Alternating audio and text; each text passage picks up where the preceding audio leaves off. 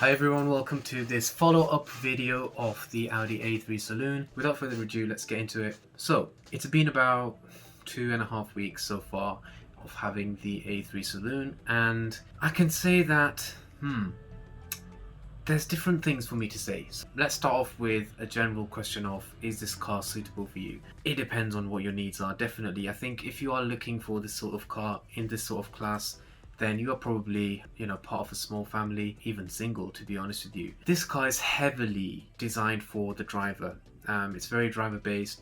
As you can see, the interior is just angled towards the driver as well. It's just less practical than the normal A3 hatchback. And so there's, you're favoring style over comfort in that sense. So that does mean that rear passengers aren't as comfortable in the car because of, the saloon body.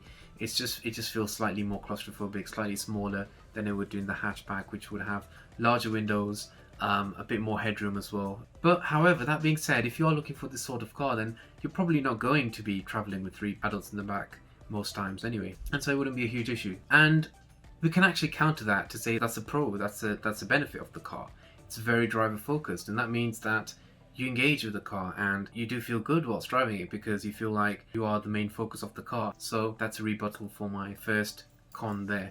With the car, you get a good selection of petrol and diesel engines. You can all search those on Google. What I'm here to say is that almost all of the engines are really good and punchy.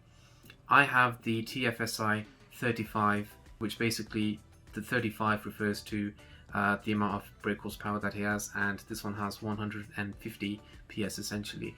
So that means that it can do 0 to 60 in about 8.6 seconds, which is fairly nippy for 150 PS and a petrol engine, so that's fairly good. But it doesn't feel as fast because it's a petrol. It doesn't have as much torque as the diesel. Let's say if you're already driving at a steady speed, it does take a little while for the throttle to actually respond, even in dynamic mode, so it does feel slightly slow in terms of pulling power, in terms of torque. But getting off the line, it is fairly nippy. 8.6 seconds is not to be sneezed at, especially for the 35 TFSI. You're not going to feel constantly underpowered, which is good. It looks absolutely amazing. This car has the potential from the exterior to knock off several years of your age. It just makes you look younger. That's how the styling is. That being said, it does look faster than it actually is, and so it's just like a discrepancy basically between the power and the looks. It's just like, well, so it's not exactly very fast, it just looks fast, which is not a bad thing per se, but it's something to consider if you get challenged by a hooligan in a Golf R. All Audi A3 Saloons come with the Honeycomb Grill, which is awesome, but then it doesn't feel as special because they all come with the grill, so it's just like, anticlimactic really. The rear tints of the vehicle are to a very high extent. They're not just moderately tinted, they let around 15 to 20% of light through, so that's very dark basically. And you've probably realised that this part of the video is obviously after barbershops and gyms were open again, but anyway, the rear windscreen is also tinted, and it really does do justice to the exterior looks of this car. It's just tragic how quickly cars get filthy again. The lights on the Audi are absolutely amazing. Both front and rear are dynamic, and they are matrix top spec lights basically, and these ones prevent oncoming drivers from being dazzled as they kind of like filter out the beam when there's oncoming traffic, so that's good.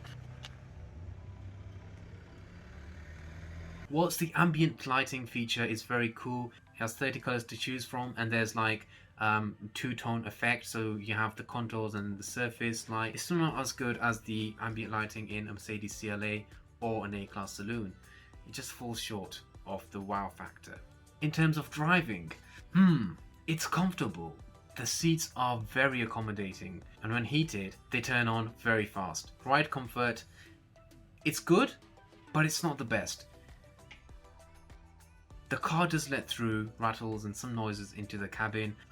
You do feel that you are connected to the road, so it is agile and it is a bit more engaging than say a Mercedes A-Class Saloon, but that does mean that you do feel some, inconsistencies in the road or potholes, slight discomfort in terms of driving the car.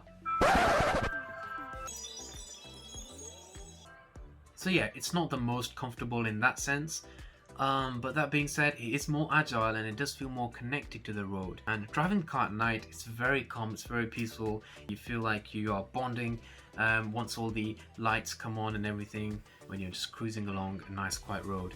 Yeah, it's a very elegant experience, shall we say. The tyres that come with the car actually protrude out slightly.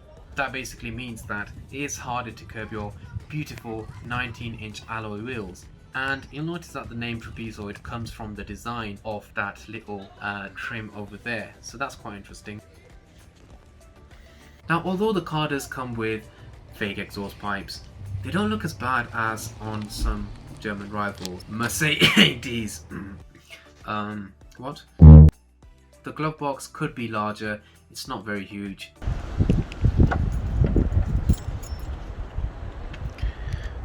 It's actually a very reasonable size. It is nice and square, so it is practical. And although this is quite high, the load lip, you can raise the floor, which is slightly useful. Extras in there, like a first aid kit. I think that's a high vis in there for some reason. You don't get a space saver spare wheel, fortunately, and yeah, there are tethering points over here, over there, and just over there as well.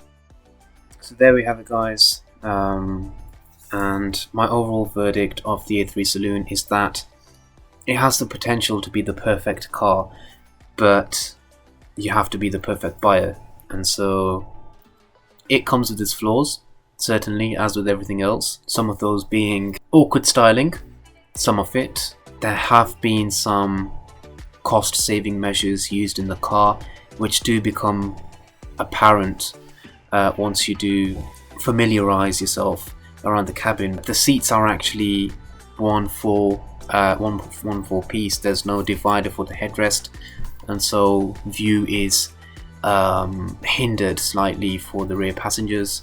The center transmission tunnel is quite high. Apart from that, there's nothing major for me to complain about. There's no major setbacks to the car, but it's a great car to have.